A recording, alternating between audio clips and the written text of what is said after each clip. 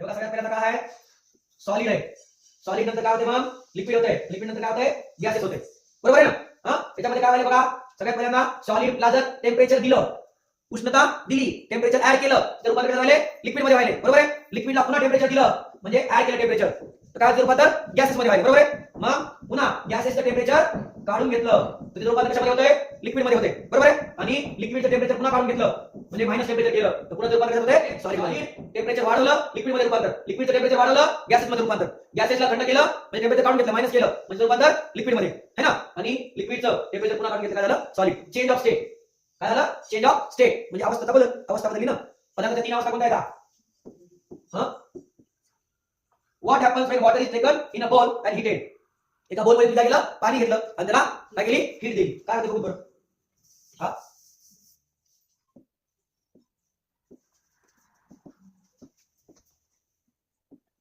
काय होईल बरं, जर आपण वॉटर घेतलं, वॉटर घेऊन काय केलं हीट दिली काय होईल, नक्की गरम होईल का.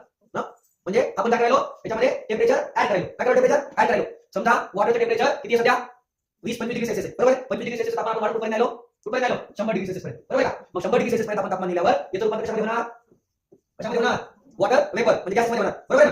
कारण बॉइलिंग वॉटर किती आहे 100 डिग्री सेल्सिअस आहे. पाण्याचा उकळणांक म्हणतो आपण किती आहे 100 डिग्री सेल्सिअस. 100 डिग्री सेल्सिअस तापमानाला पाणी उकळते त्याचं रूपांतर झाले म्हणजे liquid get converted into gases when it rise the temperature. त्यावेळेस आपण तापमान वाढवतो, तापमान वाढल्यावर त्याच्यामध्ये बॉइलिंग पॉईंट पोहोचते त्यावेळेस काय होते लिक्विड रूपांतर झाले गॅस मध्ये, ठीक आहे. त्याला चेंज इन स्टेट म्हणतो आपण, काय त्याला change in state. The process of formation of vapor from a liquid is called evaporation. Underline करें.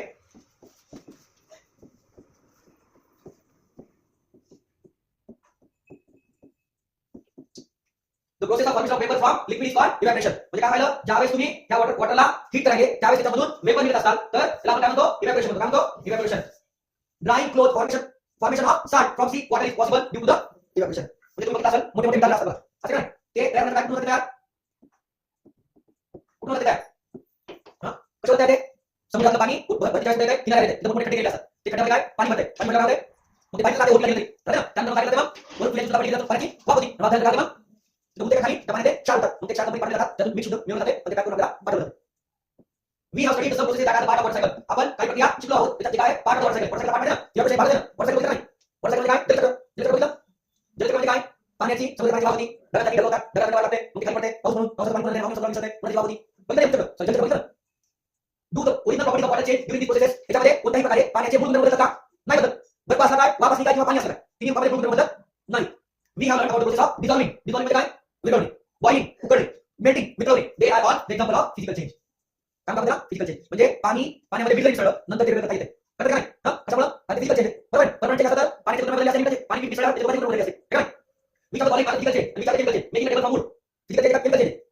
फिजिकल चेंज ना लाकडाचे गुणधर्म बदलतात का, नाही बदलत. Burning wood physical change, chemical change. Chemical change कारण एकदा लाकूड जाळल्यावर राख तयार होते का, लाकडाचे गुणधर्म सारखे का, पुन्हा काय करते लाकूड लाकूड होते का, नाही बदलत. ब्रेकिंग ऑफ ग्लास ऑब्जेक्ट काय करणं, काचेचा काय करणं एखादी वस्तू तोडणं नंतर करू शकतो ते फिजिकल चेंज. जर काचेचे गुणधर्म बदलले का, काचेचे गुणधर्म बदलत नाही, काच. त्यानंतर रॅपिंग ऑफ टोमॅटो, टोमॅटो किंवा हिरवा टोमॅटो होता नंतर लाल झाला, physical change, chemical change. Rusting of iron लोखंडाचं गंजणं, chemical change, physical change, chemical change है ना. एकदा गंजलं लोखंड त्यानंतर काय ऑक्साईड करते का, नाही करत.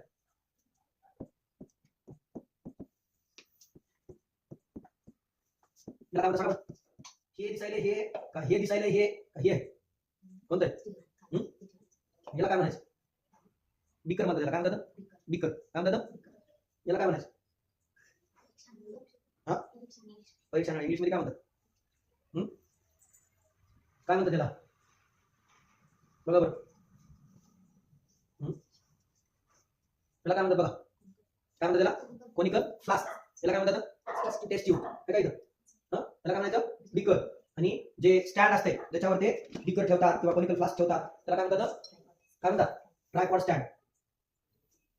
हे जे आहे हे काय ही टेस्ट ट्यूब आहे, हे काय बीकर आहे आणि याच्यामध्ये दुसरं जे असते त्याला काय म्हणायचं कोनिकल फ्लास्क, त्याला काय म्हणायचं फ्लास्क. त्यानंतर हे डिस्टिलेशन फ्लास्क,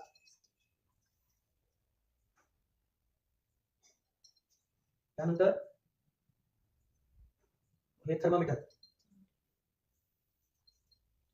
टेम्परेचर किती आहे ते मोजण्यासाठी केल्विन मध्ये मोजता येते, सेल्सिअस मध्ये मोजता येते तापमापी. त्यानंतर ते फनेल असते फनेल.